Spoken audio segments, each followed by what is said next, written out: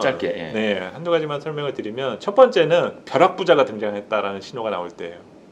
지금 그렇죠. 누군가의 주식으로 엄청난 부를 축적했다. 예.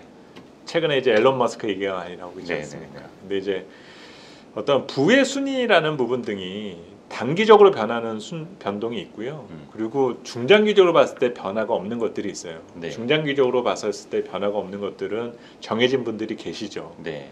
뭐 워렌 버핏이라든지 네.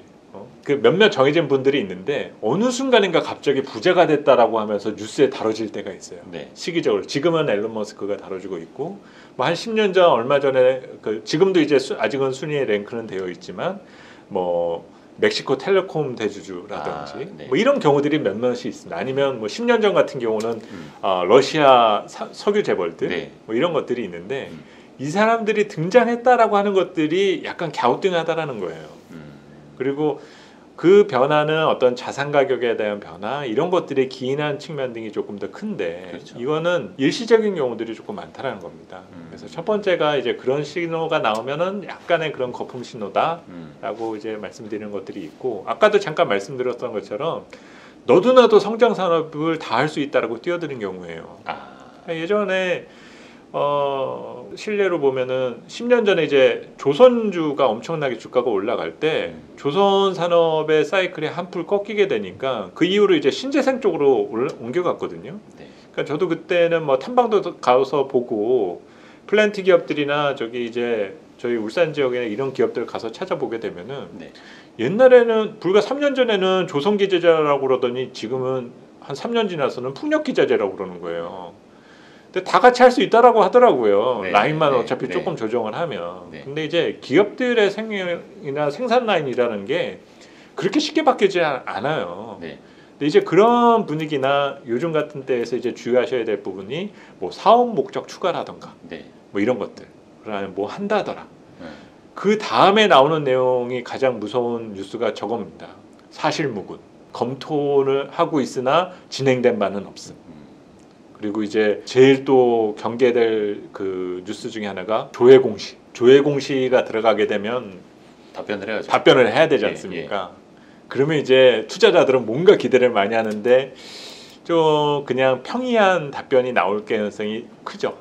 보통은. 뭐 최근에 뭐 애플카 가지고 뭐 그런 현대차가 것도 그럴 수 있고요. 있었고. 네.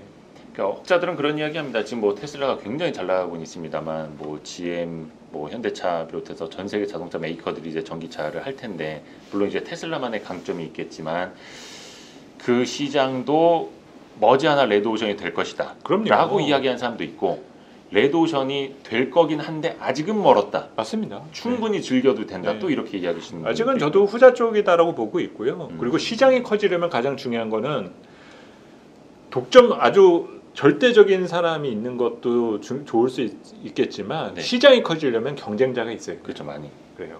이 둘의 치고받음이 누가 이길 거냐에 대한 관심으로 투자자들은 생각할 수 있는데 그 전에 그 외형적인 확대에 대한 부분이 더 중요한 의미가 될 수가 있는 거거든요. 그러니까 자율주행이나 전기차 시장이 정말 만개하고 실물 경제에 정착을 하려면은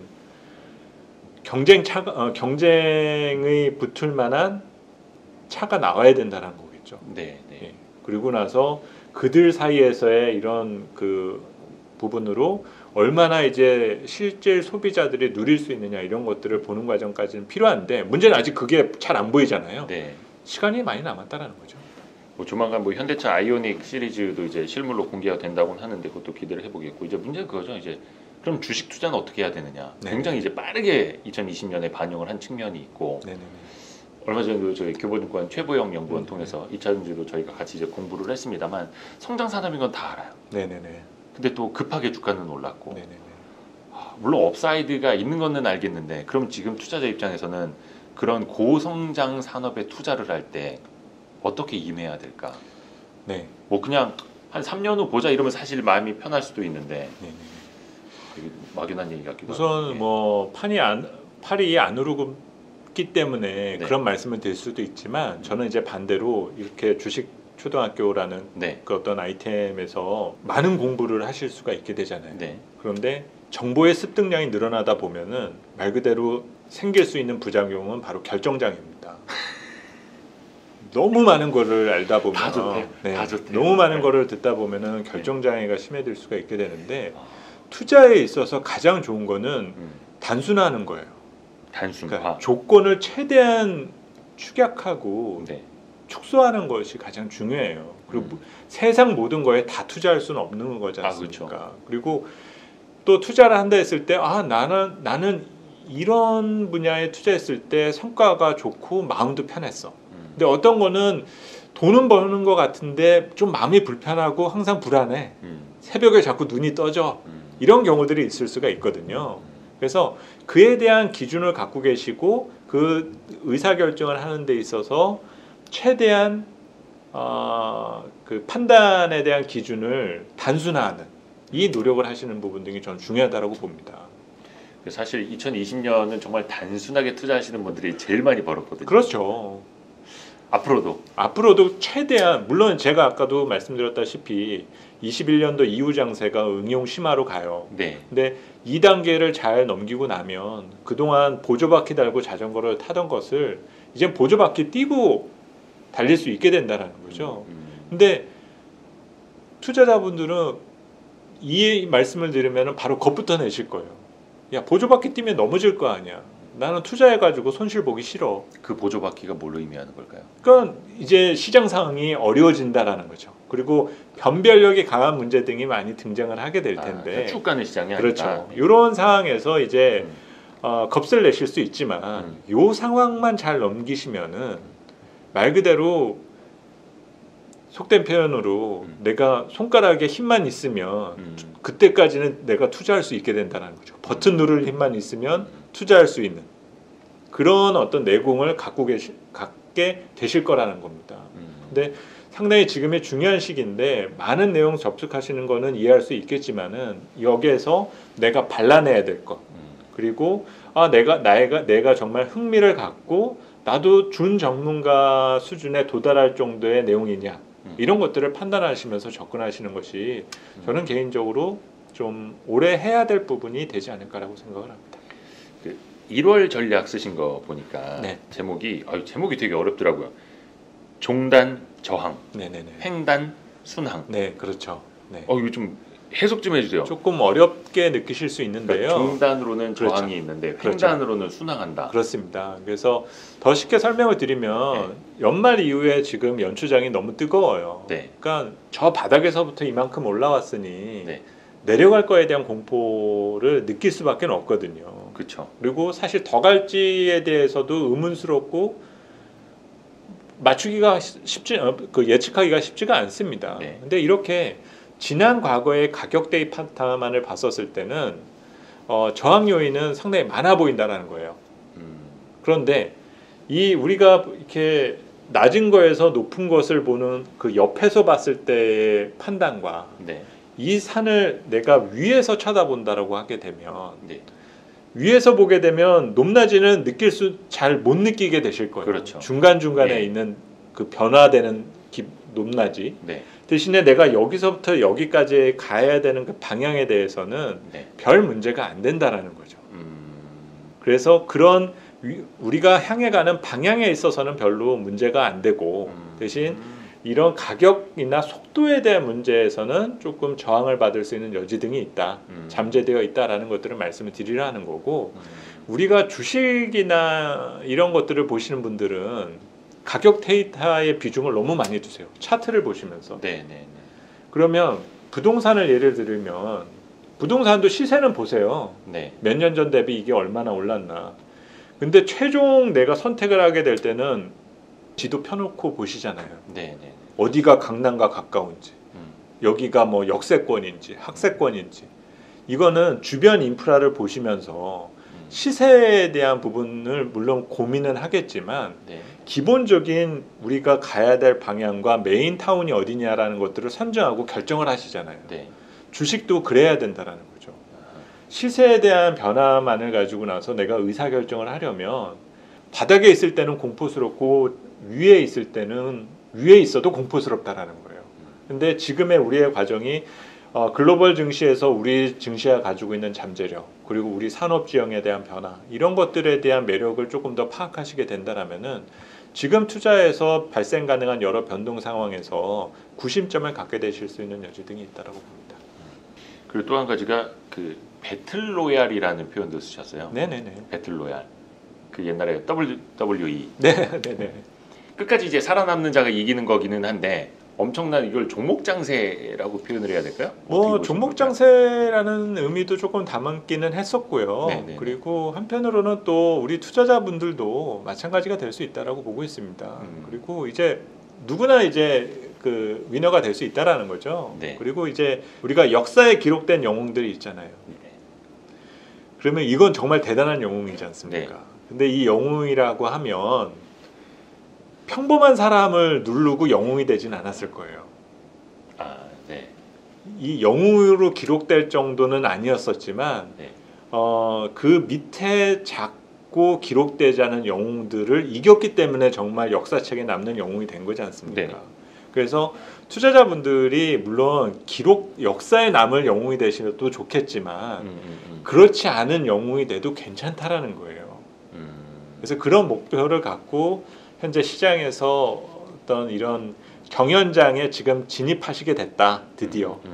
그래서 그 내공도 기르셔야 되고 꼭 살아남기를 바라는 어떤 그런 바람을 제가 그냥 글로써 썼던 부분입니다. 그러니까 그 배틀로얄에서 살아남아야 되는데 이제 투자자분들도 사실 쉽게 가려면 그냥 인덱스 펀드를 사시는 게 제일 쉽기는 한데 그 중에서 내가 초과 수익률을 얻겠다 하고 이제 직접 투자를 뛰어드시는 거잖아요.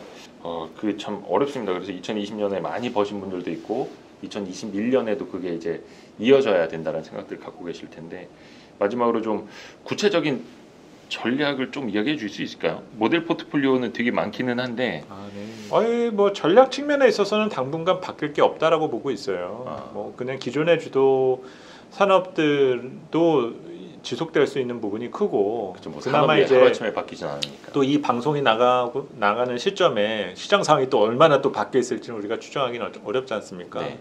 단 하나 말씀드리고 싶은 부분은 뭐 3,200선을 넘겼었다 보니까 시장에선 과열 논쟁도 생겼고 네.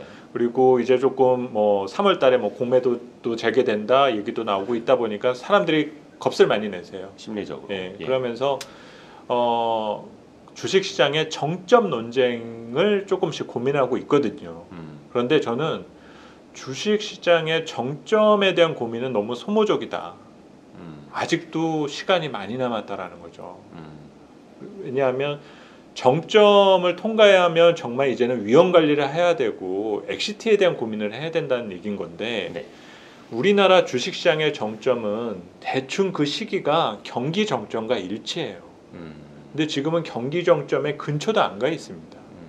그래서 아직은 투자자들에게 많은 기회가 제공될 수 있다라는 것들을 첫 번째로 기억해 주셨으면 좋겠고요. 네. 두 번째로 아까도 잠깐 말씀드렸던 것처럼 3,000선이 유지돼야만 투자를 할 수 있다라고 생각을 안 하셔도 된다라는 거예요. 2,800대 가더라도 충분히 상승에 대한 이유나 새로운 주도주가 등장할 수가 있게 되고 그때 어울리려면은 시장에 대한 관심을 지속적으로 가지셔야 된다는 거죠. 근데 되게 신기한 게 갑자기 3,000선 깨지잖아요. 그렇게 기다리던 분들이 거봐라. 못 들어가죠. 그렇죠. 네. 손바닥 뒤집듯이 의견을 바꾸시게 됩니다. 근데 그거를 그때 또 어떤 투자의 기회를 놓치지 않으시려면은 그 어떤 자기만의 투자의 기준과 엔트리 시점에 대한 부분 등을 기준을 갖고 계셔야 된다는 거예요. 너무 지수에 연연할 필요 없다. 그렇습니다. 아까 뭐 제가 배틀로얄이라는 표현이 모두에게 기회가 있다라는 거죠. 이 얘기는 투자자분들도 마찬가지인 거고 네. 기회를 놓쳤었던 분들도 마찬가지고 주도주나 수익률을 높여야 할 그런 종목에 대한 피킹 과정도 새로 세팅될 가능성이 크다라는 거예요. 새로 세팅이요? 그러니까 시장은 크게 변하지 그러니까 않았다라고 말씀하셨죠. 수익을 낼 수 있는 종목들이 속속 계속 등장을 한다라는 겁니다.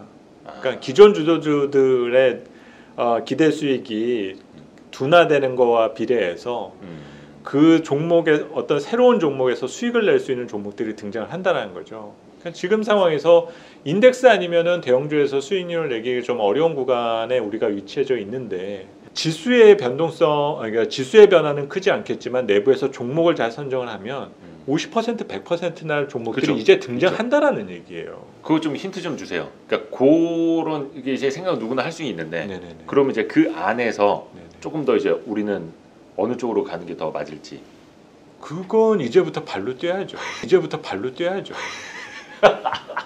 그거는 너무 우문현다. 예, 이거를 그냥 저희가 머릿속에서 산출되는 거가 아니라요. 네. 직접 방문을 해야 되고 기업 관계자를 만나고 그러면서 저희가 그거를 발굴해내야 되는 발품을 팔아야 된다라는 겁니다. 그러니까 정보라는 거가 그냥 상상 저희가 작가가 아니거든요. 그렇죠. 예. 실제 한 거고 가시적으로 가까운 미래에 구현이 가능한 건지를 검증한 다음에 투자자들에게 제공을 하는 부분이기 때문에 그런 부분에 있어서는 뭐 저희도 이제 올 한 해 동안 열심히 뛸 예정입니다. 그래서 교보증권과 같은 이런 리서치 센터에서 발간하는 뭐 종목 리포트, 산업 리포트도 꾸준히 봐야 하는 거고요. 네. 그 한 가지 이제 말씀드리고 싶은 거는 그러니까 좋은 리포트들이 이제 많이 보시더라고요, 개인 투자자분들도. 네, 그렇습니다. 예. 네. 근데 거기서 한 10%, 20% 수익이 나면 이제 챙기고 싶은 현금화하고 싶은 욕구가 이제 많다 보니까 그래서 그 이상의 플러스 알파 수익률을 올릴 수 있는 것은 말씀하셨던 것처럼 뭐 발품이라든지 내가 조금 더 깊이 한번 들어가 봐야 된다라는 거. 네네. 김영렬 센터장님이 바쁘신데도 불구하고 이게 시간을 내주셔서 감사합니다. 아유, 별 지금 말씀을요. 또 뒤에 일정이 있으셔가지고 맘 같아도 1시간 더 찍고 싶은데 너무 감사합니다. 네. 다음에 또 한번 제가 식견을 빌리러 올게요. 네. 고맙습니다. 네, 감사합니다. 네.